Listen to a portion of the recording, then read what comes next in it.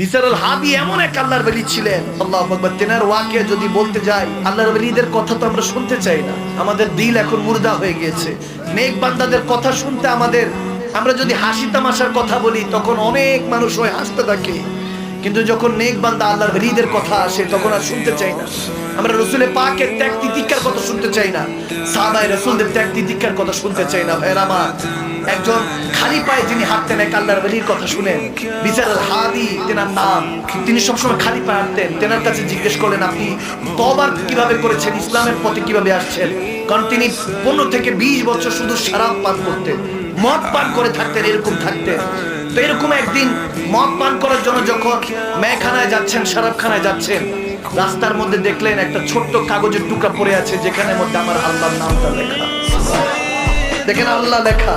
তিনি কাগজটা নিলেন, চুমু খেলেন, উঁচু একটা জায়গার মধ্যে রেখে দিলেন যে আমার মালিকের নাম কাগজে লেখা কিন্তু পড়ে আছে, এটা কেন রাস্তায় পড়ে আছে, কেউ যদি পাড়া দেয় নাউজুবিল্লাহ, এই জন্য উপরে রাখলেন।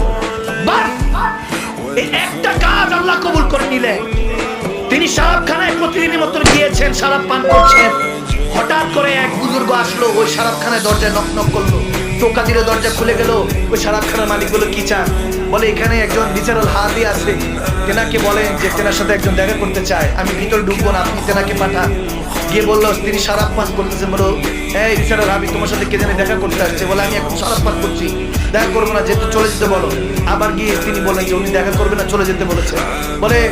বলেন যে খুব জরুরি কথা আছে, তার জন্য ভালো হবে আসতে বলেন, দেখা করতে বলেন। যা বললো, সে আবার বলছেন, আমি শরাব পান করছি, আমি এখন কারোর সাথে দেখা করবো না, দুনিয়া আমার কিছু ভালো লাগছে না। যখন এই কথা বলছে তৃতীয়বার যখন গেছে, দরজা খুলে তখন বলতেছে, উনি দেখা করবেন, আপনি চলে যান। বলে, ঠিক আছে, যান। তাকে বলে, আজকে যে রাস্তা দিয়ে আসতে আসতে আল্লাহর নামটাকে চুমুকে কাগজের টুকরাকে উপরে রেখেছে, সে আল্লাহ আমাকে পাঠিয়েছে। বলেন, তিনি কি আমিনার লাল বাবা আব্দুল্লাহ দুলালের সাথে দেখা করবে না, যিনি সাইয়্যিদুল মুরসালিন রাহমাতুল লিল আলামিন? সে আল্লাহর হাবিবের সাথে কি সেদিন সে দেখা করবে না? তাকে বলেন, তার সাথে দেখা করতে খুদ রাহমাতুল লিল আলামিন এসেছে। তোরাই কি ওই লোককে বলতেছে, এই বিসারুল হাবিব, তিনি নাকি ইসলামের পয়গম্বর, রাহমাতুল লিল আলামিন তোমার সাথে দেখা করতে চায়? তুমি নাকি কাগজের টুকরা আজকে আল্লাহর নাম দেখে চুমুকে উপরে রেখেছো, এই জন্য খুদ নবী দো জাহানের রাহমাতুল লিল আলামিন এসেছে তোমার সাথে দেখা করতে। বিসারুল হাবিব বলতেছে, কোথায় আমার জুতা ছেড়ে দিলাম, কোথায় আমার সারা, সব ছেড়ে পুরে আমি খালি পায়ে দৌড় দিলাম। দরজা খুলে দেখে আমার নবী দাঁড়িয়ে আছে। নবীকে বলতেছি, ইয়া রাসূল, আপনি এখানে কেন? বলে, খুদ রহমান পাঠিয়েছে তোর সাথে দেখা করার জন্য। সেদিন থেকে বিসারুল হাবিব আর কখনো জুতা পরেন নাই। এই জন্য মিশর দিয়ে যেই জায়গা দিয়ে তিনি হাঁটতেন, বাগদাদের যেই জায়গা দিয়ে হাঁটতেন, সেই জায়গায় তিনি এমনও কারামত ছিল আল্লাহর হুকুমে যে তিনি যেই জায়গা দিয়ে হাঁটতেন ওই জায়গায় পশু পাখি পায়খানা করতেন না, কখনো উচ্ছিষ্ট জমা করতেন না, ময়লা করতেন না। যেদিন ইন্তেকাল ওনার হয়েছিল, সবাই বলতেছে, ব্যাপার কি? এই রাস্তা তো বিসারুল হাবির ঘরের রাস্তা, এখানে পশু পাখির পায়খানা পড়ে আছে কেন?